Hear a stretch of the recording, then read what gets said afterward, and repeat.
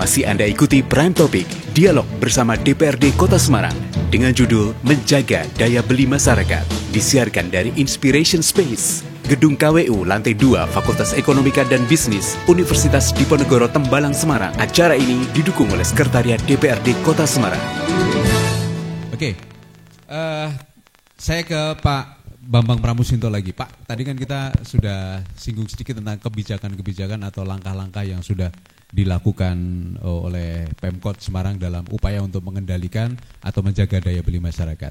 Kira-kira di Kota Semarang ada program untuk memberikan subsidi langsung yang bentuknya tunai atau mungkin sifatnya lebih ke sembako langsung ke masyarakat yang mungkin masuk ke data penerima keluarga manfaat itu, Pak? Iya, kalau bansos ada di Dinas Sosial, Mas. Dinas Sosial, di Dinas Sosial ada. Kemudian di Dinas Ketahanan Pangan ini kami juga ada program beras miskin. Ya. Ya, istilahnya kalau di kebijakan itu cadangan beras pemerintah. Jadi kita peruntukkan untuk masyarakat miskin gitu. Ya, jadi misalkan ada permintaan beras dari masyarakat miskin kita bantu. Kemudian ketika ada bencana, gitu. Ketika ada bencana, misalkan kayak beberapa waktu yang lalu di Tanjung Mas itu rob yang luar biasa. Akhirnya menutup aktivitas masyarakat karena nggak bisa kemana-mana, kita bantu beras. Kemudian ketika terjadi fluktuasi harga yang naiknya sangat signifikan, itu kita bisa bantu. Nah, itu kita punya cadangan beras yang berarti itu sifatnya permintaan dari masyarakat ya? Iya, permintaan dari masyarakat. Tapi yang kalau bencana itu langsung kita bisa intervensi. Okay. Kita langsung koordinasi dengan pimpinan kepala wilayah di lokasi bencana, kita langsung bisa intervensi. Oke. Berarti formatnya bentuknya ketika ada permintaan mereka mintanya apa, masyarakat apa? Iya. Kita berikan itu ya, Pak ya. Iya, betul. Baik. Oke, terima kasih. Saya ke Pak Ahmad Syakir nih. Langkah dan kebijakan apa yang sebaiknya dilakukan oleh Pemkot Semarang ini untuk menjaga daya beli masyarakat dan mengendalikan inflasi? Baik, yang tadi disampaikan oleh Pak Pilus maupun Pak Bambang, apa yang sudah dilakukan oleh Kota Semarang saya kira sudah on the track. Ya. Tetapi kita harus lebih jauh lagi. Ya, kalau kita bicara daya beli, tentu dengan memahami karakteristik dari kenaikan harga-harga. Kalau saya tadi menyebut inflasi Semarang itu 3,01%, itu adalah inflasi umum. Nah, kita harus mengurai ke dalam komponen-komponen yang membentuk kenaikan harga-harga tadi. Jadi ada inflasi yang disebabkan karena barang-barang tersebut harganya ditentukan, atau yang kita kenal dengan administered price. Kemudian ada inflasi yang disumbang dari kebijakan-kebijakan bank sentral, tentu itu di luar ranah dari pemerintah. Nah, ini yang penting, yang ketiga. Ya, ini inflasi yang disumbang dari barang-barang atau komoditi yang harganya itu volatile karena pasar, gejolak pasar. Food ya, makanan. Volatile food istilahnya. Nah, yang tadi disampaikan oleh Pak Pilus, pendidikan, kesehatan, itu kan pengeluaran yang niscaya harus dilakukan oleh rumah tangga. Yang itu sudah dibantu oleh pemerintah Kota Semarang. Ya, begitu pula dengan, saya nambahkan satu lagi Pak Pilus, transportasi ya. Di Semarang kan sudah ada PRT. Ya, PRT itu koridor, bahkan sekarang sudah koridor 1 sampai 8. Ya. Kemudian juga ada feeder-feedernya. Ya. Nah, ini harus diedukasi masyarakat.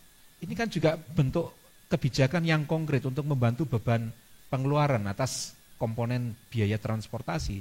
Daripada beli bensin sendiri, wong ada feeder gratis kok, misalnya mahasiswa itu kan bisa dari UNES sampai ke Undip itu gratis itu. Naik. Ya, mungkin bukan gratis tapi murah. Nah, itu membantu dari sisi beban pengeluaran barang-barang yang tadi harganya relatif ditetapkan oleh pemerintah. Nah, kemudian ini yang persoalan. Volatile food, bergejolak. Yang tadi disampaikan oleh Pak Bambang saya kira juga sudah on the track. Volatile food itu kan barang-barang yang sehari-hari dikonsumsi oleh rumah tangga ya, bahan-bahan makanan pada umumnya, dan itu memang menyumbang inflasi yang luar biasa. Urban farming itu perlu digalakkan lebih luas lagi. Digalakkan itu karena ini menyangkut perilaku, cara pandang rumah tangga, cara pandang masyarakat untuk memanfaatkan apa yang ada di lingkungan kita. Nah, juga ada kalau nggak salah UFC ya Pak, Urban Farming Corner itu saya kira perlu digalakkan lagi sebagai tempat bagaimana mengedukasi masyarakat untuk memanfaatkan urban farming ini lebih luas lagi. Daripada beli cabai yang kadang-kadang harganya mahal, cabai itu ditanam di pekarangan kita, sekali tumbuh kemudian buahnya terus ini kok berkelanjutan istilahnya, terus menerus. Nah, saya nggak tahu kalau bawang merah teknologinya seperti apa untuk bisa dilakukan di pekarangan-pekarangan Pak. Kalau cabai saya sudah sering melihat bahwa cabai itu ada di lingkungan kita. Nah, bayam saya kira tadi disampaikan Pak Bambang. Nah, masyarakat diedukasi juga termasuk teknologinya Pak. Cara-caranya bagaimana menanam bayam di pekarangan yang bayamnya itu nanti akan tumbuh sehat sebagai bahan makanan yang dikonsumsi sehari-hari. Nah, sudah on the track, hanya perlu digalakkan lebih jauh lagi. Nah, tadi volatile food itu juga terjadi karena gejolak yang terjadi di pasar. Kelangkaan barang itu dampak dari gejolak yang terjadi di pasar.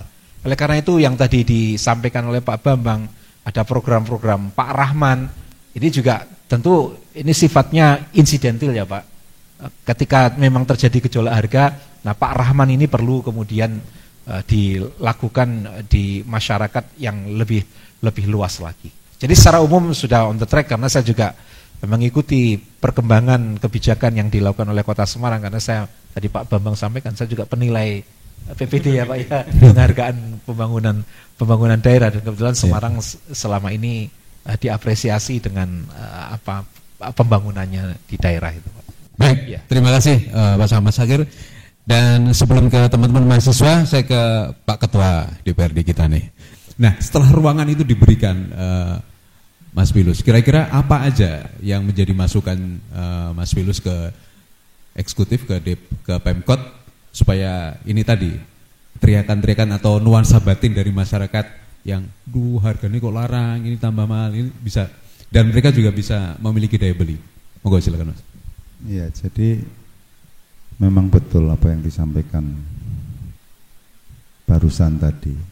Kenapa sih kok kalau kita lihat di luaran sana, eksekutif dan legislatif itu terkesan sendiri-sendiri ya. Itu di mana-mana seperti itu. Ya. Terus kemudian saya mencoba belajar bahwa kita ini yang dari lembaga legislatif kan diberikan kepercayaan oleh masyarakat untuk bisa duduk di sana. Setelah duduk apa yang harus mereka perjuangkan? Apa yang harus mereka lakukan? Nah, kita harus sadar itu. Yang harus kita lakukan adalah kita menggunakan politik anggaran kita untuk mempengaruhi APBD, baru berbicara tentang kesejahteraan untuk berjuang, mempengaruhi anggaran APBD, kita turunkan berupa program. Sama, eksekutif pun sama, karena kepala daerah itu juga jabatan politik. Juga mengemban amanah juga dari kepercayaan masyarakat yang sama. Nah kalau dua-duanya ini gelutan kan tidak ada yang diperjuangkan. Iya, yang rugi masyarakatnya. Nah, sehingga kita paham, sadar itu, makanya program wali kota itu pasti akan berbasis pada masyarakat. Wong kita pun sama amanahnya seperti itu. Nah, kecuali kita melihat ada program-program yang dianggap tidak berpihak kepada masyarakat, baru kita bicara secara baik-baik, tidak dilakukan di forum secara atau di media. Ini kan jadi nantinya jadi kurang sehat dan tidak baik-baik sekali nantinya. Jadi itu dulu, kita kan tarik sejarahnya, kita runtut itu dulu, baru kita berbicara program-program yang harus disiapkan oleh eksekutif, dalam hal ini wali kota melalui OPD-nya, semuanya berpihak kepada masyarakat. Kenapa kita harus persulit? Kita bahas sesuai dengan tugas kami dan teman-teman. Jika ada sesuatu yang kurang pas, baru kita akan evaluasi, kita sampaikan ini kurang pas dan seterusnya. Nah, setelah itu sudah kita serahkan sepenuhnya kepada eksekutif, baru fungsi kita pengawasannya kita jalankan lagi. Nah, itu yang kita lakukan selama ini. Alhamdulillah semuanya berjalan dengan baik dan tidak pernah terdengar lah di Kota Semarang ini gegeran sampai di media. Wah, itu enggak. Alhamdulillah tidak, karena semuanya sadar dan paham bahwa kepentingannya untuk masyarakat. Diselesaikan dengan ngopi ya. Oh iyalah, kita ngobrol karena itu untuk masyarakat. Iya. Oke, segmen ini saya kira kurang cukup waktunya untuk waktu kita berikan ke audiens untuk memberikan masukan dan pertanyaan. Kita akan rehat sejenak. Di segmen berikutnya nanti giliran teman-teman mahasiswa dan pendengar yang sudah memberikan pertanyaan melalui WA kita akan bacakan. Kita rehat sejenak dan sekali lagi kita berikan aplaus ya untuk narasumber kita karena ini waktu-waktu krusial ngantuk ini. Masih Anda ikuti Prime Topic, dialog bersama DPRD Kota Semarang dengan judul Menjaga Daya Beli Masyarakat, disiarkan dari Inspiration Space, Gedung KWU lantai 2 Fakultas Ekonomika dan Bisnis Universitas Diponegoro Tembalang Semarang. Acara ini didukung oleh Sekretariat DPRD Kota Semarang.